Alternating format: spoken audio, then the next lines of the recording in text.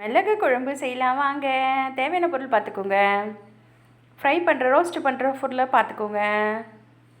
இப்போ ரோஸ்ட் பண்ண ஆரம்பிக்கலாமா? சட்டி சூடாயிடுச்சு. இப்போ காஞ்ச மிளகா மட்டும் எடுத்துகிட்டு மிளகு, சீரகம், சுக்கு ஒரு துண்டு, ஒரு ஸ்பூன் கடுகு, தனியா விதை ஒரு 2 ஸ்பூன் போட்டு நல்லா ரோஸ்ட் பண்ணிக்கலாம். எல்லாம் கமன்னு வாசனை வரணுங்க. ரோஸ்ட் ஆகிடுச்சு பாருங்கள், நல்லா கலர் சேஞ்ச் ஆகிடுச்சா?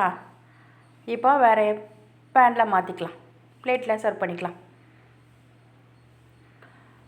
சட்டி சூடுலேயே தான் இருக்குது. அப்படியே எண்ணெய் ஊற்றிக்கலாம். எண்ணெய் ஊற்றியாச்சு, நல்லா பாருங்கள், நல்லா ஆகிடுச்சா? இப்போ கருவேப்பிலை ஒரு கொத்து. இப்போ ஒரு 10 பல் பூண்டு எடுத்து நல்லா தட்டி வச்சுருக்கேன். பூண்டு சேர்த்துக்கலாம். பூண்டும் கருவேப்பிலையும் சேர்ந்து நல்லா ரோஸ்ட் ஆகி கமன்னு வாசனை வரணுங்க. வந்ததுக்கப்புறம் ஒரு 10 பல்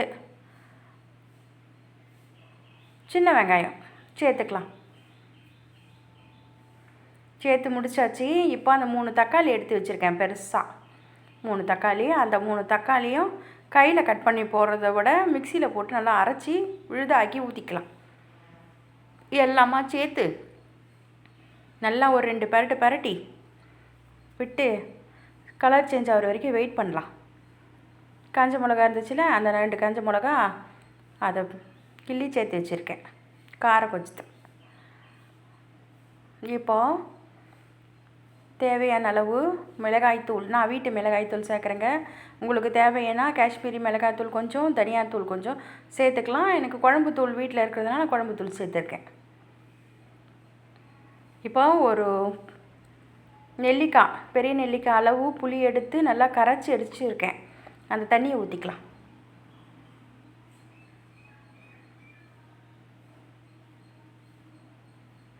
இது ரெண்டுத்தையும் சேர்த்து நல்லா கிளறி விடுவோம்.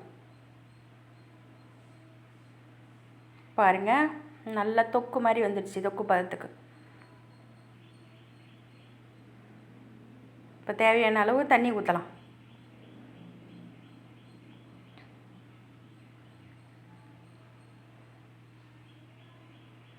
தண்ணி ஊற்றியாச்சு. உங்களுக்கு எவ்வளோ தண்ணி தேவையோ, எத்தனை பேர் அளவும் அந்த அளவு தண்ணி நீங்கள் சேர்த்துக்கோங்க. நல்லா கிளறி விட்டுட்டு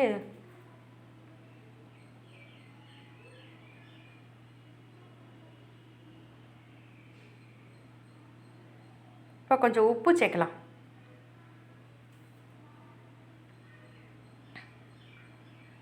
தேவையான அளவு உப்பு சேர்த்தாச்சு. நல்லா கொதிச்சாச்சு.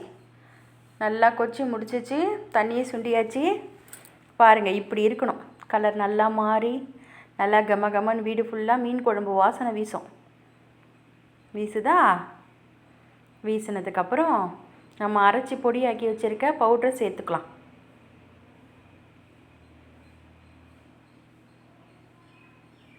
பொடியை சேர்த்துட்டு அப்படியே விட்டுட்டிங்கன்னா கட்டியாக ஆகிடும்.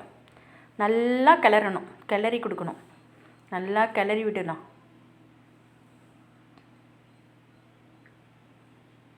நல்லா கிளறி விட்டாச்சு.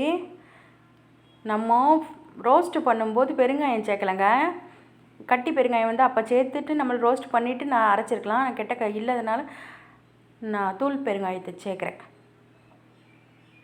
நல்லா கட்டி இல்லாமல் நல்லா கிளறி விடணும். நல்லா கிளறி விட்டதுக்கப்புறம் கமன் வாசனை வீடே தூக்குதுங்க. இப்போது ஒரே ஒரு பிஞ்ச் வெல்லம் டேஸ்ட்டுக்காக. அந்த மசாலாலாம் பிள்ளைங்க குட்டி பசங்க சாப்பிட்ற மாதிரி இருந்தால் கொஞ்சம் கசப்பாக இருக்கும். அது இல்லாமல் இருக்கிறதுக்கு வெல்லம். பாருங்கள், நல்லா கொச்சி கமன்னு வாசனை. நல்லா ரொம்ப மசாலா சேர்த்ததுக்கப்புறம் ஏற்கனவே நம்ம ரோஸ்ட் பண்ணிட்டோம்ல, ரொம்ப நேரம் கொதிக்க விடக்கூடாது. உடனே பாருங்கள், எண்ணெய் விழுதுச்சு, அப்படியே ஊற்றி சாப்பிட வேண்டியது தான்.